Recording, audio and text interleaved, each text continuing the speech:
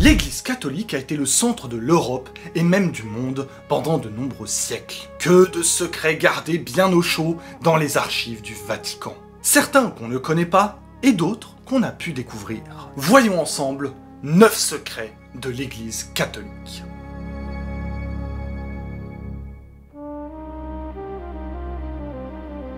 Avant de commencer, sachez que l'un des principaux commandements des religions, c'est de vous abonner à l'Encyclope et de liker cette vidéo. Oui, le blasphème, d'entrée de jeu. Néron, le tyran, le fou, celui qui provoqua l'incendie de Rome tout en dansant devant son œuvre. Il aurait ensuite accusé les chrétiens qu'il aurait mis à mort, dont Pierre, le premier pape. Et si toute cette mauvaise réputation n'était qu'une réécriture de l'histoire? L'incendie de Rome a bien eu lieu le 18 juillet 64. Les incendies sont fréquents en ville, mais celui-ci fait périr des milliers de citoyens. Néron, lui, est absent. Il se repose dans son palais d'Actium, en bord de mer. Mais le peuple est en colère, il cherche des coupables. Il se trouve que les chrétiens, qui sont alors une petite secte sans importance, sont détestés par la population qui n'aime pas leur attitude. Néron, sous la pression, et aussi parce que ça l'arrange d'avoir des boucs émissaires, décide de punir les chrétiens et d'en faire un spectacle. Les uns sont couverts de peau de bête et dévorés par des chiens, et d'autres sont brûlés vifs. Donc, finalement, il a quand même bien persécuté les chrétiens. La figure de Néron sera utilisée un petit siècle plus tard, où il est clairement considéré comme le représentant du diable sur terre. On l'accuse d'avoir toujours détesté les chrétiens, alors qu'avant les événements post-incendie, ce n'était pas le cas. D'ailleurs, aucun auteur chrétien de l'époque ne parle en mal de Néron dans leurs écrits. On peut dire aussi qu'aucun document n'indique que Pierre aurait succombé à ces persécutions. On commence doucement avec un demi-mensonge. Une petite réécriture, c'est pour vous mettre dans le bain.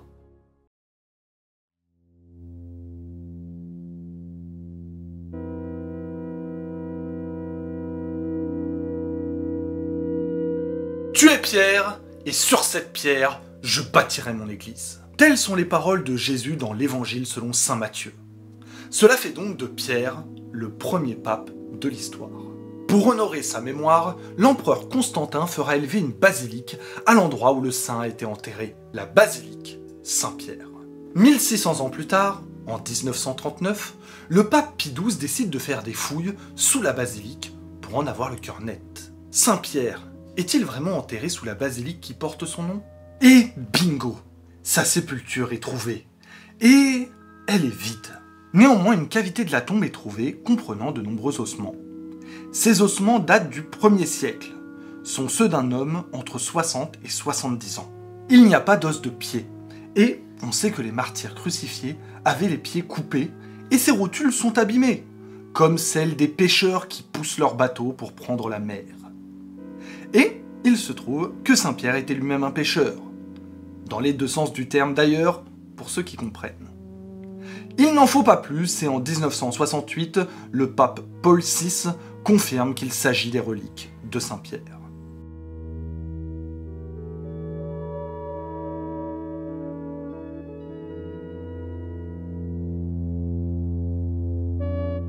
Saviez-vous qu'Avignon avait été pendant quelque temps la ville des papes?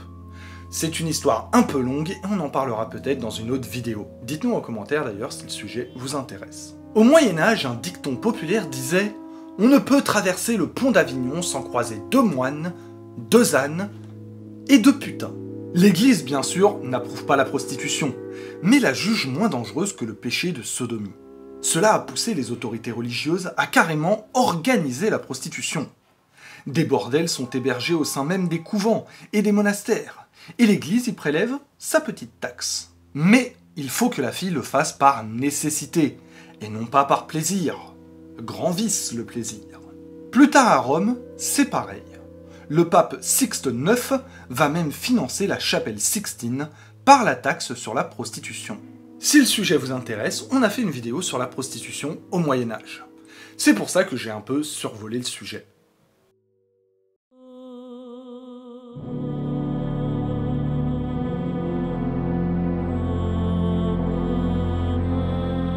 L'ordre des Templiers et l'Église, c'est toute une histoire.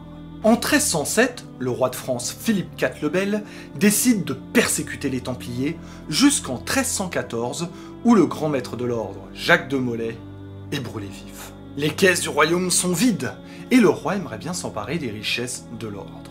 Pour cela, il ordonne leur arrestation et les accuse de sodomie, de blasphème, d'idolâtrie et d'hérésie. L'ordre des Templiers a été fondé en 1129 pour participer aux croisades sous le nom des pauvres chevaliers du Christ. Il se trouve que 2 siècles plus tard, ils ne sont plus pauvres du tout. Au contraire, les Templiers sont à la tête d'un empire commercial qui va de Londres jusqu'à Constantinople. Ils ont des affaires dans l'immobilier, les vignes, les mines d'or, l'élevage, les moulins et la banque. Une vraie multinationale. Le pape Clément V soutient le roi de France et dissout officiellement l'ordre des Templiers. Mais en 2001, un document, non pas secret, mais perdu au milieu de la masse, est retrouvé. Ce document montre que Clément V voulait en réalité sauver les Templiers en leur accordant l'absolution, c'est-à-dire en pardonnant leurs péchés. Le document, le parchemin, est un compte-rendu des interrogatoires subis par les Templiers en 1308. Les Templiers confirment qu'ils ont renié le Christ, mais seulement en parole, et non pas dans le cœur. Ils vont aussi nier les autres accusations, notamment celle de sodomie. À la fin de ce document, il est clairement indiqué que les cardinaux, au nom du pape, accordent l'absolution aux Templiers.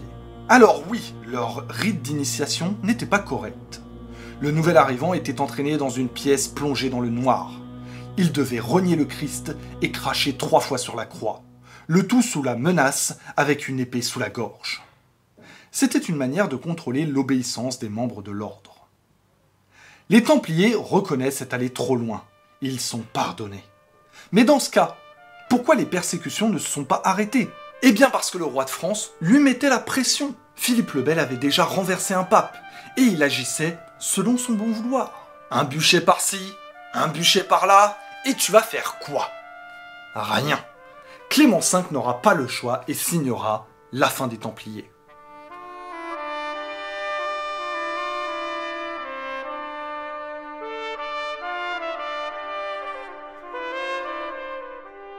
À une certaine époque, le Vatican a vendu des places pour le paradis.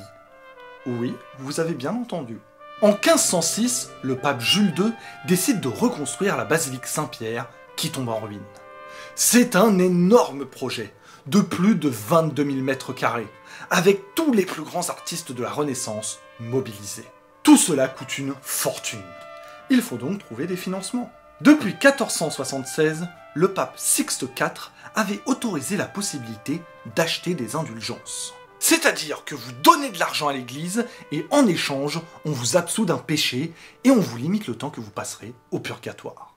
Le pape Jules II va trouver cette idée géniale et il va faire imprimer 200 000 indulgences sur des bouts de papier. Tous ceux qui verseront des aumônes pour la restauration de la basilique verront leurs péchés absous. Son successeur, Léon X, va refaire 2 fois le même processus. Le procédé n'est déjà pas bien éthique, mais il va clairement dégénérer.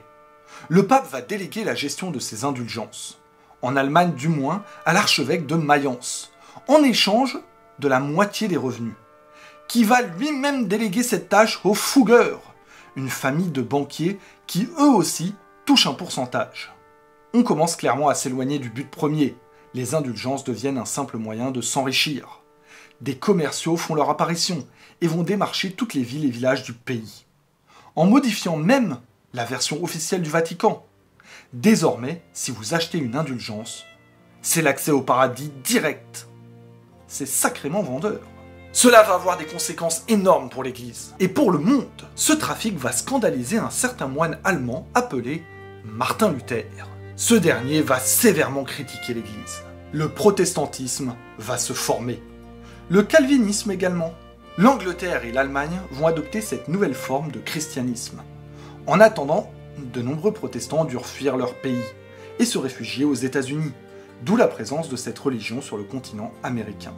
Ils voulaient gagner quelques sous, ils ont perdu des millions de fidèles.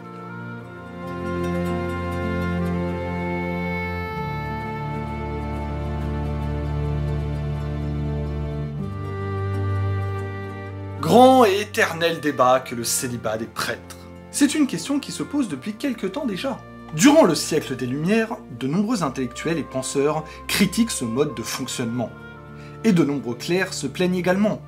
Une bonne partie n'avait pas la vocation et se sont engagés sous la pression de leur famille.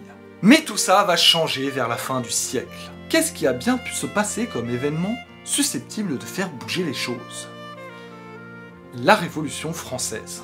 En 1790, le gouvernement nationalise l'Église, ce qui signifie que les clercs deviennent des citoyens comme les autres.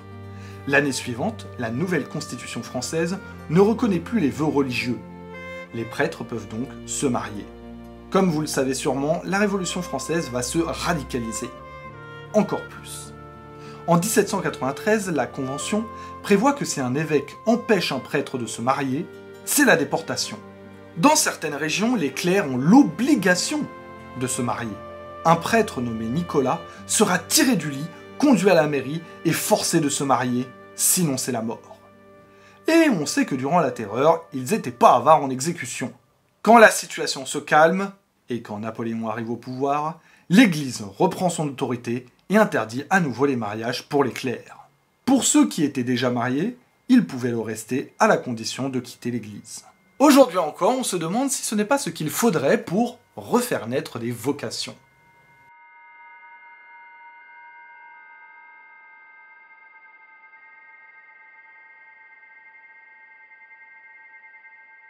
Parlons un peu de Rudolf Gerlach, le camérier du pape, c'est-à-dire officier de la Chambre.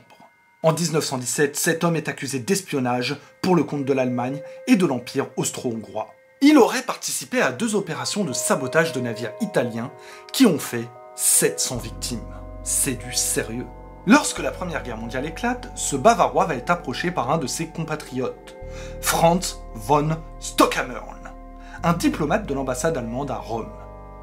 Il va donner une mission simple à Gerlach, faire pression pour que l'Italie reste neutre, et surtout ne s'engage pas du côté de l'alliance franco-anglaise. Gerlach va recevoir de l'argent des milieux catholiques allemands, officiellement pour aider le Vatican qui connaît des difficultés financières, mais en réalité, il finance des journaux neutralistes et des influenceurs de l'époque. Mais l'Italie rentre bien en guerre, contre l'Allemagne, le 23 mai 1915. Ça sent mauvais pour notre ami Gerlach.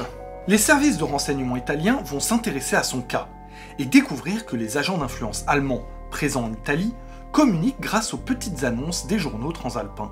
Des membres du réseau sont arrêtés et passent aux aveux. Le coupable est bien le camérier du pape, Rudolf Gerlach. La presse s'empare de l'affaire, c'est le scandale, et le Vatican l'expédie en Suisse pour qu'on n'en parle plus. Gerlach sera jugé par contumace et condamné à la prison à perpétuité pour trahison. Il n'effectuera jamais sa peine et finira ses jours en Suisse entouré de jolies femmes. Comme quoi, ça vaut le coup de trahir son pays d'accueil.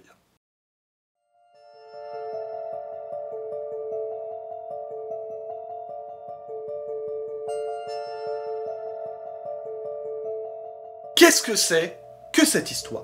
Je suppose que, comme moi, vous n'avez jamais entendu parler de Paul Casimir Marcinkus. Pourtant, cet homme est impliqué dans l'un des plus gros scandales de l'histoire du Vatican. Notre histoire se passe en 1982 et concerne l'IOR, l'Institut pour les œuvres de religion, c'est-à-dire la Banque du Vatican.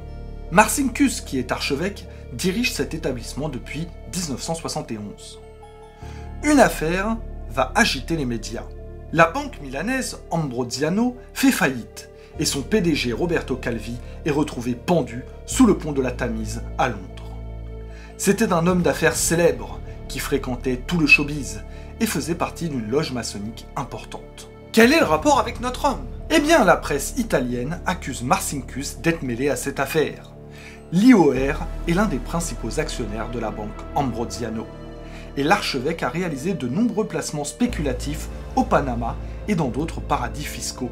Il se trouve que ce sont ces placements en question qui ont entraîné la faillite de la banque et du coup, le suicide d'un homme. Mais ce n'est pas tout, oh que non! On accuse également Marcinkus de lien avec la mafia, et notamment le banquier sicilien Michele Sindona, un mafieux chargé de blanchir l'argent sale de l'héroïne via l'IOR. Et ce Michele Sindona meurt en 1986, empoisonné par du cyanure versé dans son café. Ça fait beaucoup, mais Marcinkus reste à son poste. Pour l'instant, il n'y a que des rumeurs, pas de culpabilité, ni même d'accusation officielle. Ce sera le cas en 1987, quand les magistrats italiens ouvrent une enquête contre l'archevêque. Ils émettent un mandat d'arrêt et demandent au Vatican l'extradition de Marcinkus. Parce que oui, on le rappelle, mais le Vatican est un État indépendant. Il n'obéit pas aux juridictions de l'Italie. Il refuse donc la demande d'extradition. D'ailleurs, la Cour de cassation italienne valide cette décision en annulant le mandat d'arrêt. Selon la loi, l'État italien n'a pas à intervenir dans les affaires du Vatican. En 1989, Marcinkus est tout de même mis de côté par le pape, qui le renvoie de ses fonctions et l'envoie gérer l'archidiocèse de Chicago. Il meurt en 2006 et on ne connaît pas son implication réelle dans toutes ces affaires. L'IOR continue de fonctionner et est régulièrement mêlé à des scandales financiers.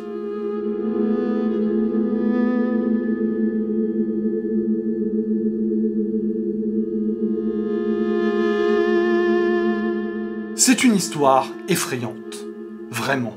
En 1993, en Irlande, un promoteur immobilier rachète une partie d'un couvent appartenant à la congrégation des Sœurs de la Miséricorde. Jusque-là, rien de bizarre, mais il va découvrir 155 tombes anonymes contenant des corps de jeunes femmes. L'horrible vérité va alors éclater. Pendant des années, des dizaines de milliers de jeunes filles ont été victimes de travaux forcés et d'abus en tout genre dans 10 couvents baptisés les Blanchisseries Madeleine. À l'origine, ces établissements avaient pour objectif de réinsérer les prostituées en leur permettant d'associer travail et religion. Comme on dit, nourri, logé et blanchi. C'est un symbole. Les ex-prostituées doivent laver les vêtements et de ce fait, elles se lavent de leurs péchés. C'est inspiré des évangiles où Marie-Madeleine, une prostituée, se repent de ses péchés en lavant les pieds du Christ. Mais le mouvement, créé en 1916, va rapidement s'éloigner de sa vocation première.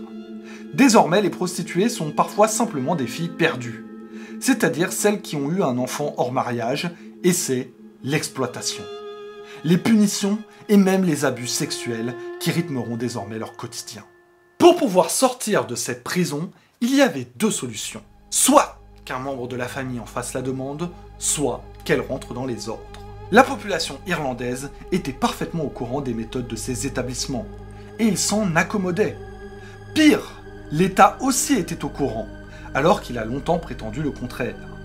Près d'un quart des jeunes filles envoyées dans ces couvents l'étaient à la suite d'une intervention publique. Après la découverte des tombes de ces malheureuses, le scandale éclate.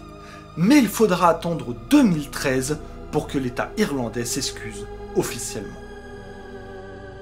9 secrets de l'Église catholique. Pourquoi pas 10 ? Eh bien, parce qu'on fait ce qu'on veut, et que 9, c'est bien assez. Mais surtout, c'est parce que ce dernier secret est bien trop important. Trop de choses sont en jeu, et ils ne veulent pas que vous sachiez. Ok, je vais vous le dire. Mais avant, abonnez-vous et likez cette vidéo.